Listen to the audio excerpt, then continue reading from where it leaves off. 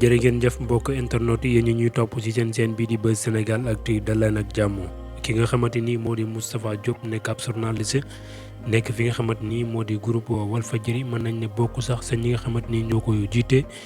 moom moomee nag jamono ji maanaam ginnaaw bi nga xamante ni Pape Sané jàpp nañ ko ginnaaw bi nga xamante ni doon na def benn live ci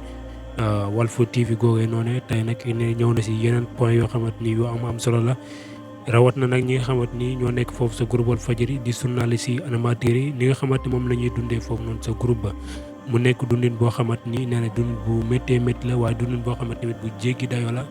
dem na sax ba ñi nga xamante ni ñoo fay liggéey mën nañ ne buñ xëyee suba liggéey ba ngoon daal di wàcc ñibbi seen kër mën nañ ne dañoo jàpp ne dañoo rëcc ci journée boobee noonu di xaar beneen journée parce que tout moment mën nañoo jàpp ne mën nañ leen a jël ci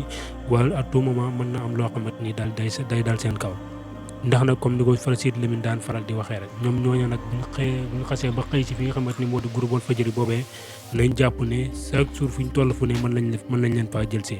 ndax nag nee na moom Moustapha Diop nee na daal jamono juñ toll ni toujours dañuy jot li nga xamante ni mooy ay menaces yoo xamante ni yu doy war la ñoom nag ay journalistes rek lañu seen liggéey la ñuy def ñeneen ñi nga xamante ni tamit ñoo nekk ci këru yoonu taskatu xibaar yi comme nañ koy defee ñoom noonu la ñu koy defee te ñoom ñooñu dara fekkul leen ci waaye ñoom daal ñi nga xamante ni ñoo féetee ci groupe Walfadjri ñoom tuuti dañ leen di singali